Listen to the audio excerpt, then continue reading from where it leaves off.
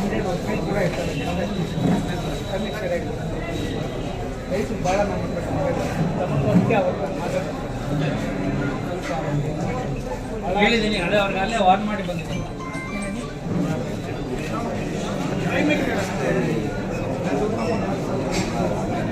ಗೊತ್ತಾಯ್ತು ಹೇಳಿದ್ದು ರಸ್ತೆನಲ್ಲಿ ಕೇಶಿಗೂ ಬರ್ತದೆ, ರಸ್ತೆ ಅಗಲೀಕರಣ ಆಗಬೇಕಲ್ವ, ಅವರು ರಸ್ತೆ ಏನು ಮಾಡಿದಾರಲ್ಲ ಆ ಜಾಗ ಬಿಟ್ಬಿಟ್ಟು ಮಾಡಿದ್ದಾರೆ ತಾನೆ, ಅಲ್ಲಿ ಅಂಗಡಿಗಳಿದೆ ತಾನೆ, ಗೊತ್ತಿದೆ ನನಗೆ, ನಾನು ಹೇಳಿದ್ದೀನಿ, ಡೈರೆಕ್ಷನ್ ಕೊಟ್ಟಿದ್ದೀನಿ ತೆಗಿಸ್ಬೇಕು ಅಂತ ಹೇಳಿದ್ದೀನಿ. ಗೊತ್ತಾನೆ ನಿಮ್ದೇನದು, ನಿಮ್ದು ಜಾಗ ಇದೆ ಸಾರ್ವಜನಿಕರು ಅದೇ ದಿಢೀರ್ ಭೇಟಿ ಹೇಳಿ ಸರ್. ಹೋಗಿ ನಾನು ಬಂದಿದ್ದೇವೆ. ಇಲ್ಲಿ ಸ್ವಲ್ಪ ಸರ್ವೆ ಇಲಾಖೆಯಲ್ಲಿ ಒಂದಷ್ಟು ಜಾಸ್ತಿ ಸಮಸ್ಯೆಗಳಿದೆ. ಇವರು ರೈತ ಸಂಘದವರು ಎಲ್ಲ ಹೇಳಿದರು, ಸಾರ್ವಜನಿಕರು ಹೇಳಿದರು.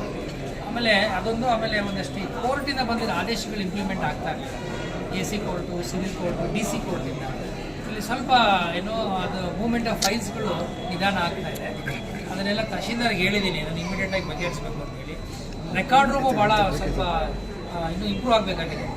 ಡಿಜಿಟಲೀಕರಣ ಆಗ್ತಾ ಇದೆ, ಎಲ್ಲ ದಾಖಲೆಗಳನ್ನು ಡಿಜಿಟಲೀಕರಣ ಮಾಡಿದ್ರೆ ಆವಾಗ ಈ ಹಾಳಾಗೋದು, ಶಿಥಿಲ ಆಗೋದು, ಆಮೇಲೆ ಕೆಲವು ಕಡೆ ಈ ಕಡತಗಳೇ ನಾಪತ್ತೆ ಆಗೋದು, ಮೂಲ ಮಂಜೂರಾತಿ ಕಡತಗಳು, ಅದು ತಪ್ಪಿಸ್ಬೋದು. ಅದಿನ್ನು ಸ್ವಲ್ಪ ಕೆಲವು ಸಜೆಷನ್ಸ್ ಕೊಟ್ಟಿದ್ದೀನಿ, ಆ ಥರ ಇಂಪ್ರೂವ್ ಮಾಡಿ ಅಂತ. ಸೊ ಮುಂದಿನ ದಿನಗಳಲ್ಲಿ ಸ್ವಲ್ಪ ಸಮಸ್ಯೆಗಳ ಬಗೆಹರಿಯುತ್ತದೆ ಅನ್ನೋ ನಂಬಿಕೆ ನನಗೆ ಕೆಲಸಗಳು ಸರಿಯಾಗಿ ಆಗ್ತಾ ಇಲ್ಲ ಅಂತ ಗೊತ್ತಾಯ್ತು. ಅದರ ಮೇಲೆ ನಾನು ಬಂದಿದ್ದು. ಒಂದಷ್ಟು ಕೆಲಸ ಇನ್ನೂ ಜಾಸ್ತಿ ಆಗಬೇಕಾಗಿದೆ. ತಹಶೀಲ್ದಾರ್ ಹೇಳಿದ್ದೀನಿ, ಸ್ವಲ್ಪ ಚುರುಕುಗೊಳಿಸಿ ಆಡಳಿತನ, ಅಧಿಕಾರಿಗಳಿಗೂ ಸಿಬ್ಬಂದಿಗೂ ಕೂಡ ನಾನು ಈಗಾಗಲೇ ವಾರ್ನಿಂಗ್ ಕೂಡ ಕೊಟ್ಟಿದ್ದೀನಿ. ನಾನೇ ಖುದ್ದು ಸೆಕ್ಷನ್ಸ್ಗಳು ನೋಡಿದ್ದೀನಿ. ಸೊ ನೋಡೋಣ, ಇನ್ನು ಮುಂದೆ ಸ್ವಲ್ಪ ಅವರು ಸಕ್ರಿಯವಾಗಿ ಕೆಲಸ ಸಾರ್ವಜನಿಕರು ಮಾಡ್ತಾರೆ. ಬಗರ್ ಹುಕುಮ್ ಇನ್ನೊಂದು ವಾರದಲ್ಲಿ ಕಂಪ್ಲೀಟ್ ಮಾಡ್ತೀವಿ. ನಿಮ್ಮ ತಾಲೂಕದೇನು ಸಮಸ್ಯೆ ಇಲ್ಲ.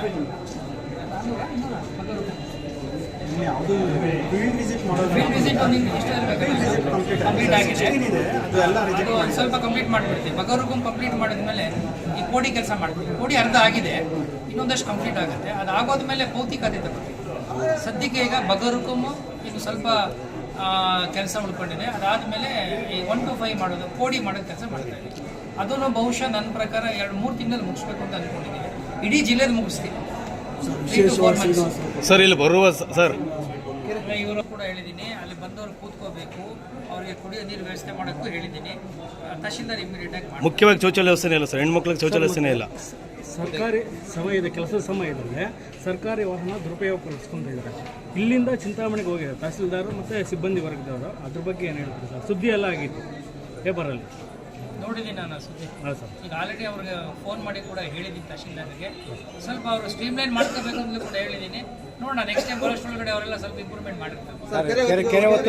ಕೆರೆ ಶುರು ಆಗಿದೆ, ಇನ್ನು ನಮ್ಮಲ್ಲಿ ಏನಾಗಿದೆ ಮೆಷರ್ಮೆಂಟ್ ಪೂರ್ತಿ ಆಗಿಲ್ಲ, ಒಂದೊಂದಾಗಿ ತಗೋತಾ ಇದ್ದೀವಿ. ಇವರ ನಮ್ಮ ಈ ತಾಲೂಕಿನಲ್ಲಿ ಎಷ್ಟು ಕೆರೆಗಳಿದೆ ಎಲ್ಲವೂ ಕೂಡ ಫಸ್ಟು ಸರ್ವೆ ಮಾಡಬೇಕು. ಆಮೇಲೆ ಕೆರೆಗಳೆಲ್ಲ 3 ಇಲಾಖೆಗೆ ಬರ್ತದೆ. ಒಂದು ZP ಬರುತ್ತೆ, ಮೈನರ್ ಇರಿಗೇಷನ್ ಬರುತ್ತೆ. ಅದಲ್ಲದೆ ಇನ್ನು ಕೆಲವು ಕೆರೆಗಳು ನಮ್ಮ ಈ ರೆವಿನ್ಯೂ ಇಲಾಖೆಗೆ ಬರುತ್ತೆ. ಉದಾಹರಣೆಗೆ ಕಟ್ಟೆ, ಕೆರೆ, ಭೂಕಟ್ಟೆಗಳೆಲ್ಲ ಬರುತ್ತೆ.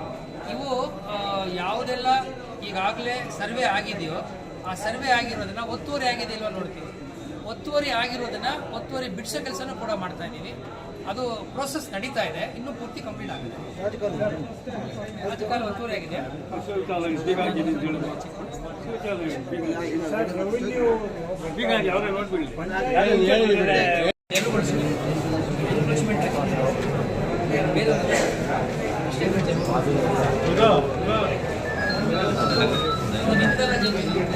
ಸಾರ್ವಜನಿಕ ಜಮೀನು ತೆರವುಗೊಳಿಸಬೇಕು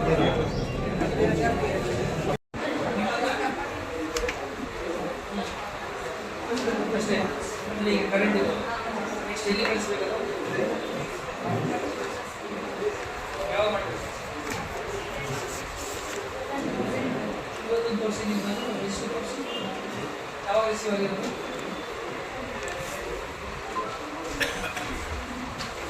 ಯಾವ ಇಬ್ರು ರೌಂಡ್ ನೋಡ್ತೀನಿ.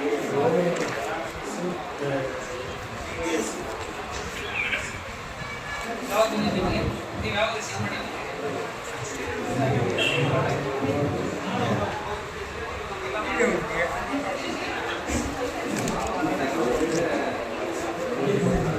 ಆರನೇ ತಾರೀಕು